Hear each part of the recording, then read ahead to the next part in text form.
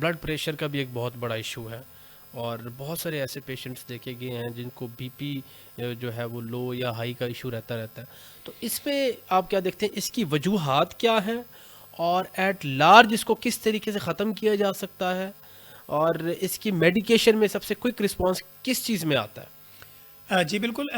जो blood pressure है ना, इसको हम कहते हैं साइलेंट किलर, साइलेंट किलर। खामोश कातिल है। अच्छा। आपको पता नहीं चलता। अब हमारे क्लिनिकल ट्रायल में लोग आते हैं, हम जब उनका ब्लड प्रेशर चेक करते हैं तो वो ऊपर वाला 200 होता है, नीचे वाला 100 होता है। तो हम कहते हैं आपका तो ब्लड प्रेशर का मसला है। वो कहते हैं डॉक्टर साहब मुझे तो कभी दर्द ही नहीं हुई, मुझे कभी चक्कर ही नहीं आया, तो मुझे तो पता ही नहीं चला कभी मेरा बीपी है या नहीं है। तो हम इसलिए इसको कहते हैं कि ये साइलेंट किलर है। अब उसकी वजह क्या होती है कि जब ब्लड प्रेशर बढ़ेगा तो आपको फालज होने का खतरा होता है। अच्छा। यानी आपका ब्लड प्रेशर जो है वो नॉर्मल बंदे की अगर हम बात करें कि एक बंदा जो टीनेजर है और उसका वेट भी ज्यादा नहीं है, तो उसका ब्लड प्रेशर ऊपर वाला 110 होना चाहिए, ठीक है, नीचे वाला 70 से 90 के दरमियान होना चाहिए। ऊपर वाले को हम सिस्टोलिक कहते हैं और नीचे वाले को डायासिस्टोलिक कहते हैं। ठीक है, और ये टीनेजर के बंदे के लिए। ठीक है। इसी तरह अगर आप 30 साल की उम्र में हैं तो आपका ऊपर वाला 120 होना चाहिए, नीचे वाला जो है वो आपका 70 से 90 के दरमियान होना चाहिए। ठीक है।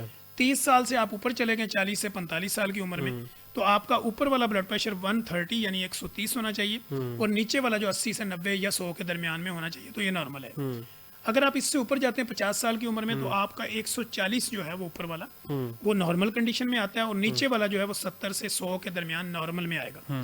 इससे ऊपर अगर आपका जाता है 50 साल की उम्र के बाद तो आप हाई ब्लड प्रेशर के मरीज हैं। 30 साल में 130 से ऊपर कंटिन्यू रहता है तो आप ब्लड प्रेशर के मरीज हैं। टीनेजर्स में आपका बीपी 130-20 से ऊपर रहता है कंटिन्यू तो आप ब्लड प्रेशर के मरीज हैं। अब हमारे यहाँ होता क्या है कि लोगों ने घर में मशीनें रखी होती हैं, वो एक दफा लगाया, चेक किया, बीपी हाई हुआ, उन्होंने फौरी तौर पे कोई ना कोई गोली दे दी। हाँ सही बात है, सही। अब जो ब्लड प्रेशर है ये विद इन सेकंड चेंज होता है। मैं अभी आपके साथ गुफ्तगू कर रहा हूँ, हमारी गुफ्तगू में कोई हॉट टॉक आएगी तो मेरा बीपी और होगा। अच्छा। फिर हमारे यहाँ कोई प्यार मोहब्बत वाली बात होगी तो मेरा बीपी और होगा। इमोशनल स्टोरी होगी, मेरा बीपी और होगा। जब हम यहाँ से फ्री होकर कॉफी चाय पियेंगे तो हमारा बीपी बिल्कुल और होगा। तो BP with in second change होता है। लिहाजा जब भी चेक करें तो उसकी 3, 4, 5 रीडिंग्स जो है उसको नोट करें। अगर आपको लगे कि स्टिल और कंटिन्यू ये बीपी हाई रह रहा है तो टेम्परेरी तौर पे जो भी मेडिसिन आपको लगी हुई है, जो मेडिसिन डॉक्टर ने लिखी हुई है उसको दें और फौरी तौर पे डॉक्टर के पास जाएं, ना कि घर में खुद से कोई तरीका ना आजमाएं या किसी का, मेरा या किसी का वीलॉग सुन के भी आपने खुद से कोई ट्रीटमेंट नहीं करना। आपने मुतलका डॉक्टर जो भी आपका रिलायबल है, जिस पे आपका ट्रस्ट है, जो आपका फैमिली डॉक्टर है, उसके पास जाएं, वो मेंटेन करे, फिर उसके मुताबिक वो देखे कि ब्लड प्रेशर ज्यादा होने की वजह क्या है।